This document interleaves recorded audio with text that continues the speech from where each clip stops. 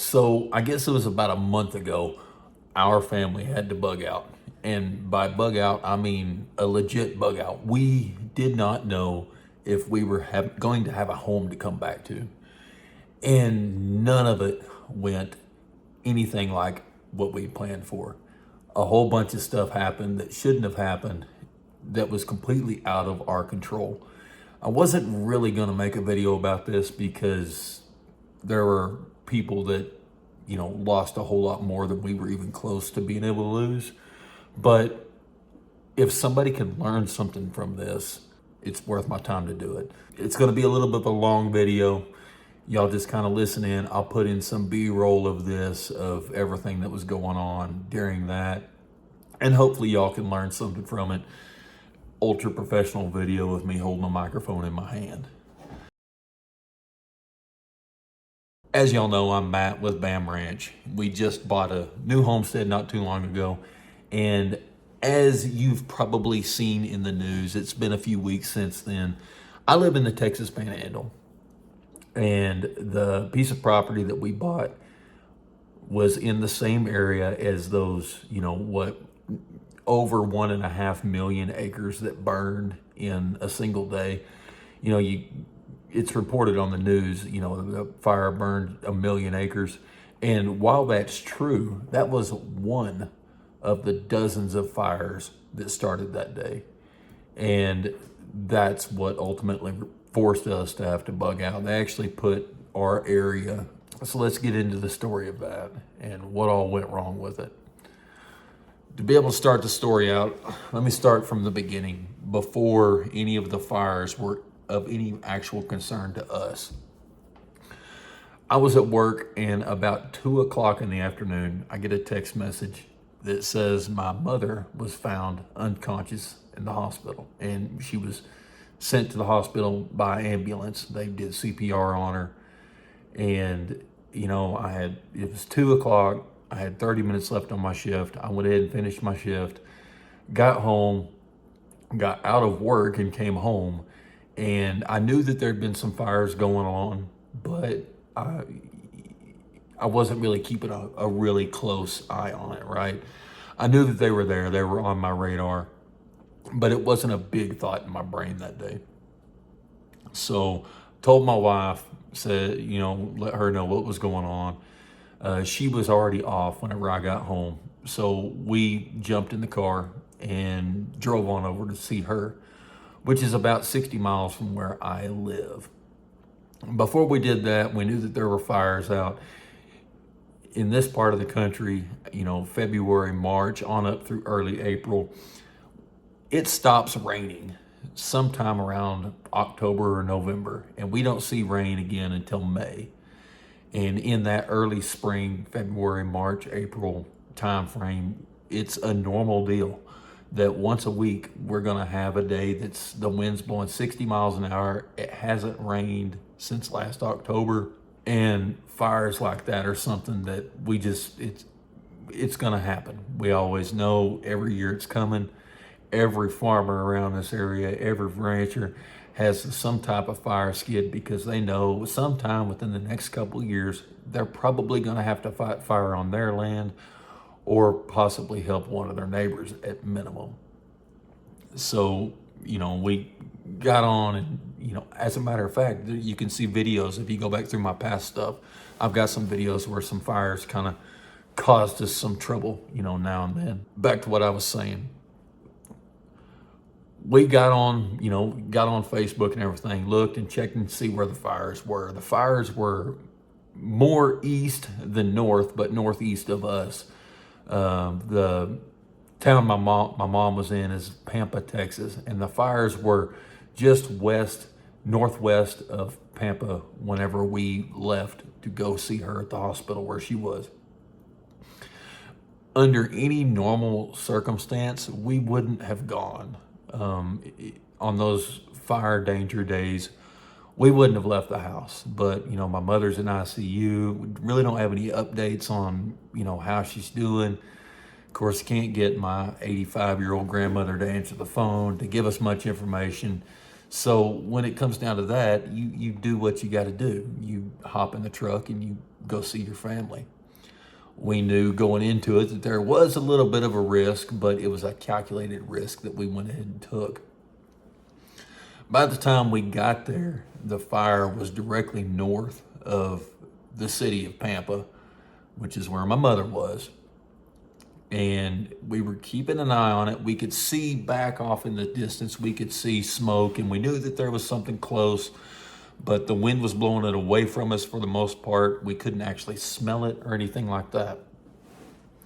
So about the time I got into the hospital, a couple minutes after that actually, a cool front came through. The fire was north of us, cool front came through, and I was looking out her window. This is in the span of 15 minutes. Looking out her window, and I saw the wind changed and blowing directly out of the north. Okay, it's time for us to get on home. So she was, at the time I got there, she was awake, checked on her, and she was aware that, it's one of those fire days. And, checked on her, visited with her for a few minutes, and said, well, the wind's changing, that fire's north of town, so we're going to go ahead and head back to the house, I think. And about the time I said that, I got a text message from my wife's parents that a fire had started north of the town that we live in. Okay, so that puts a little bit more urgency on it. Keep an eye on it if we need to, something happen, kind of going through some contingency plans. If something happens, we'll send somebody to get the kids, yada, yada, yada. I did no more than got out to the parking lot.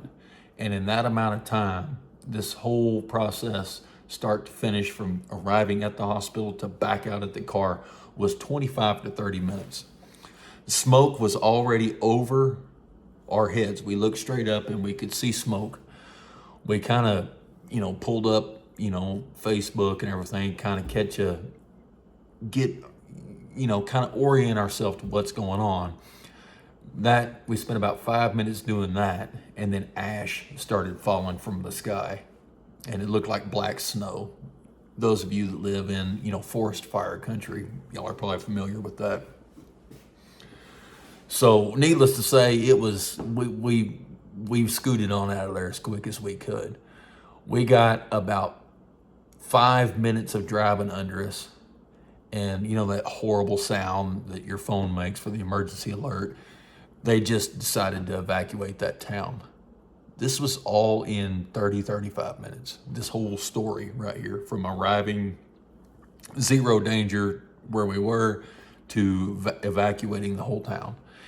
And the main road back home, they just closed that highway down. It's about a 60-minute drive from that hospital to my house.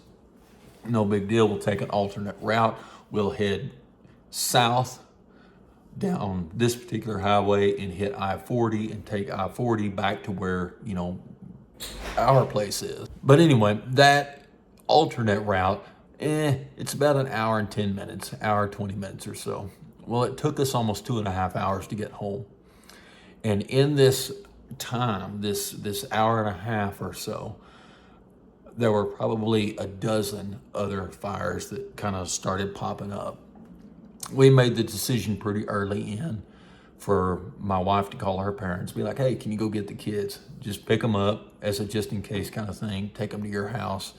There had been so many fires popping up that we really couldn't at this point keep straight, what was, what's reported and is this somebody reporting the same fire? We're listening to the scanners for the fire departments and things like that.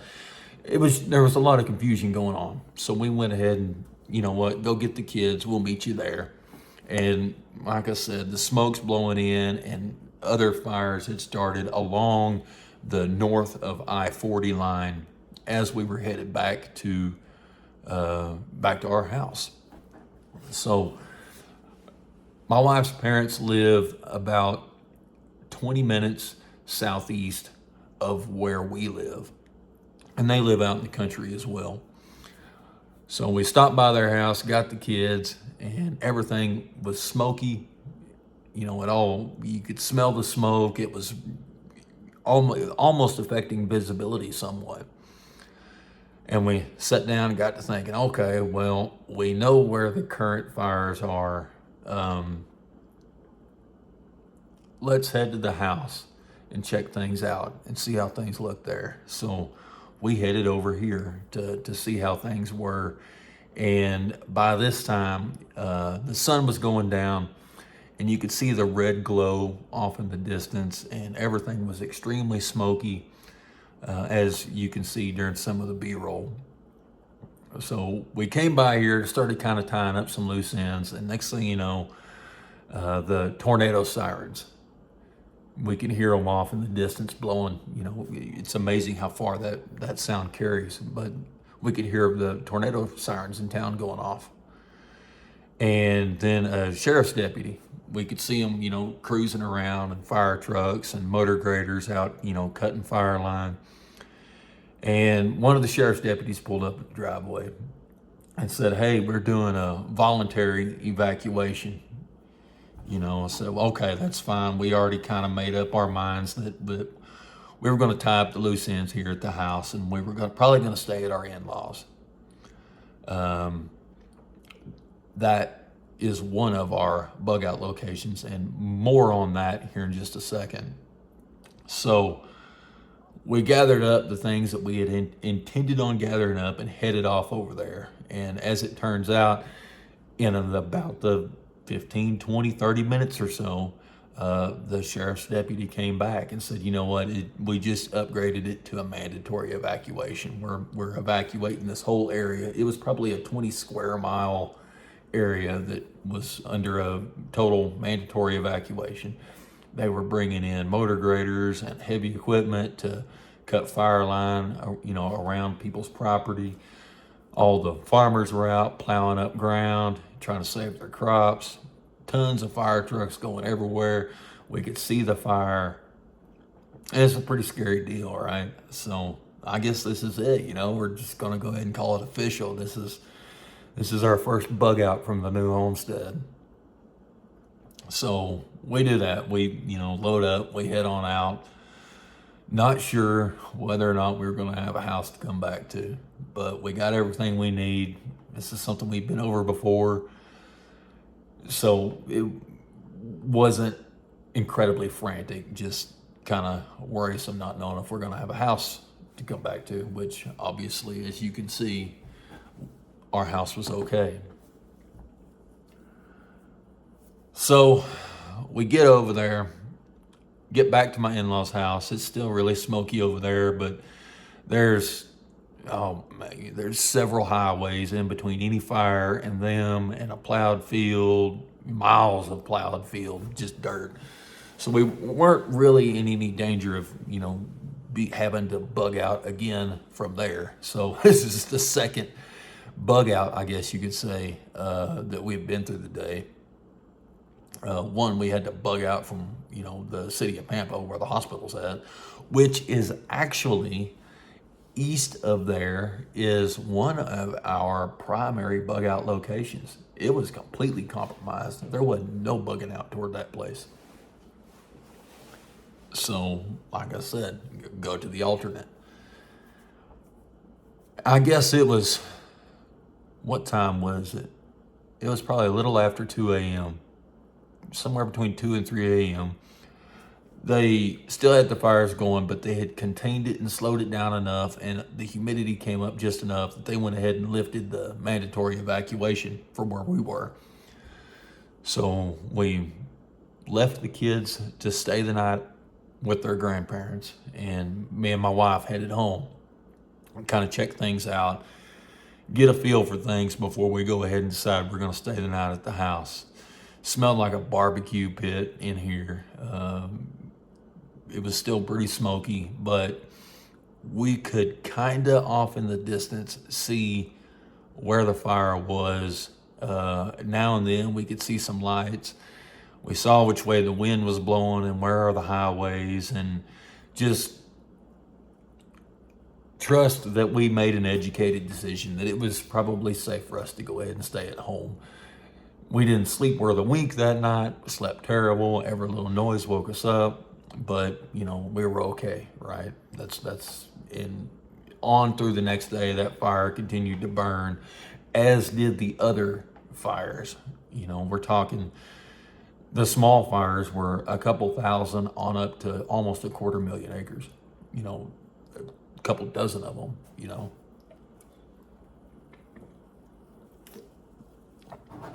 But that's just a situation where nothing really, you know, all this bug out stuff that we like to talk about, it's an emergency situation.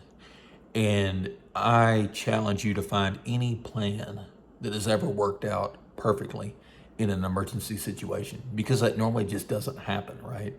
It's just, it doesn't happen.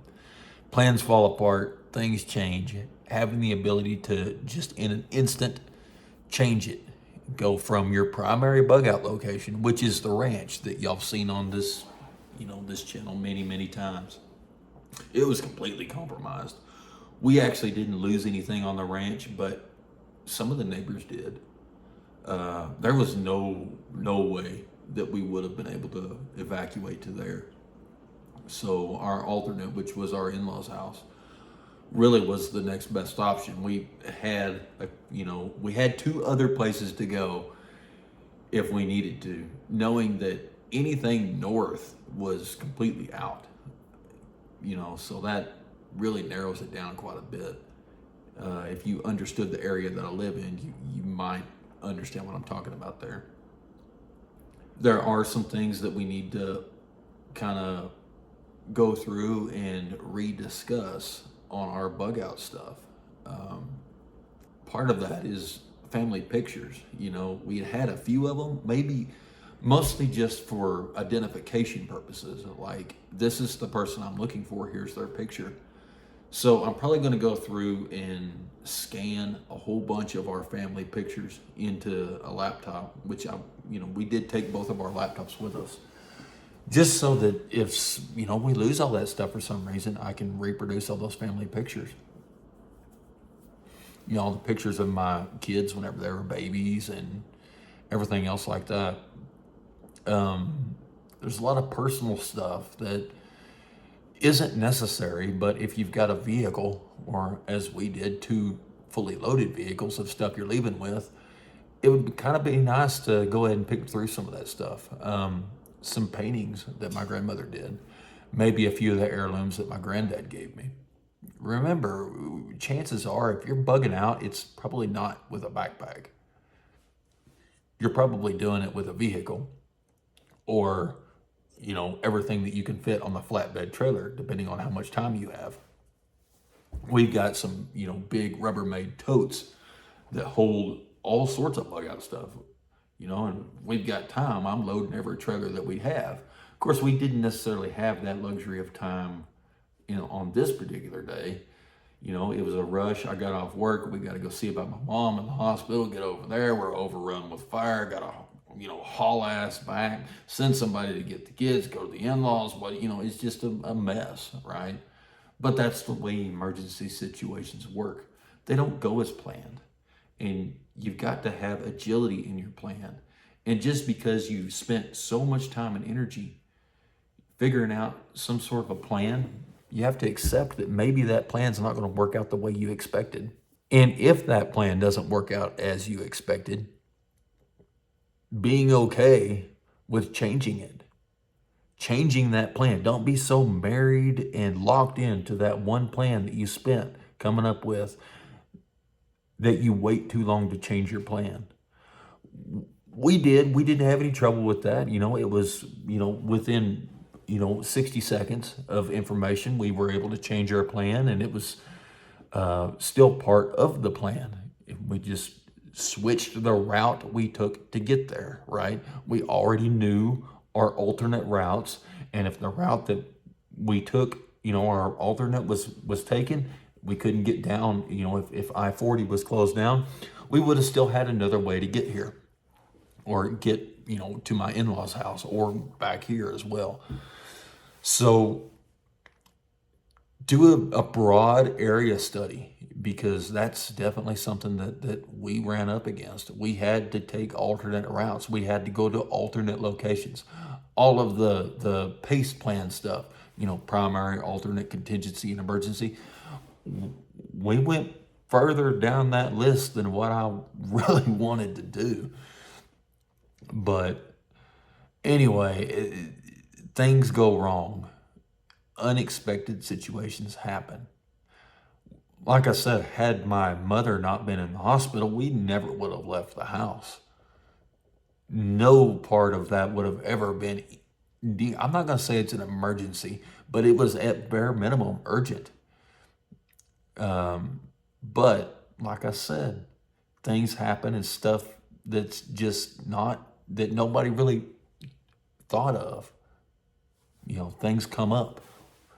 We had no idea that my mother would be in the hospital that day, right? Another thing is, what about your animals? Do you have a plan for those? We were able to take all of our dogs with us and the cats. I know what it was like bringing the cats home. My father-in-law is the one that came over here and grabbed the kids and loaded those cats up in the truck. I'm glad I wasn't there for that, because our cat absolutely despises car rides. And I guess luckily, we were lucky enough to be unlucky in the fact that we just moved in. So we're going to get some chickens and stuff, and we're going to start that here in a couple of weeks. It's taken us a little bit to get settled in. We really didn't even get moved until November, and weather's starting to clear up. We've got some stuff knocked out. So we didn't have chickens or anything like that we needed to move. And that's a blessing in itself right there. But that's something that we're going to have to work into our plans next year. The grass around this house is terrible. It's neglected. It was neglected before we bought the house, and it's going to take a year or two to get that back to being healthy and green and somewhat fire resistant. It's just trash fuel right now. Mow it all you want. It's just really short trash fuel. So there's some things that we need to take care of on that we just haven't had time to get to. We've got other, stuff that's been going on. Y'all seen some of the, repair and fix videos that I've been posting. That's just because, when you buy a house, there's things you got to do. I've got to get my lawnmowers running and everything else, so all that stuff will come in time. It's just not immediately, but it's getting nice outside. So I'll enjoy doing some of that, and I'll bring y'all along with it. But yeah, do that. Go through, take a look at your bug out plan, and keep in mind that if you ever do have to, for real, bug out, it's not going to go the way you thought it did. It's an emergency situation, and nothing in an emergency situation ever works as planned. That fire didn't read the to-do list that my wife and I had made out for this house. Nobody told the fire. Nobody told the county judge whenever they ordered the evacuations. Nobody told the highway department when they closed the highway how that might interfere with my plans for bugging out. And the same thing will happen if I have to bug out in the future. And more than likely, if you have to bug out, it's going to be just like that too. So anyway, that's my story, man. And like I said, I hope one of y'all can learn something from it. So until next time, y'all be safe.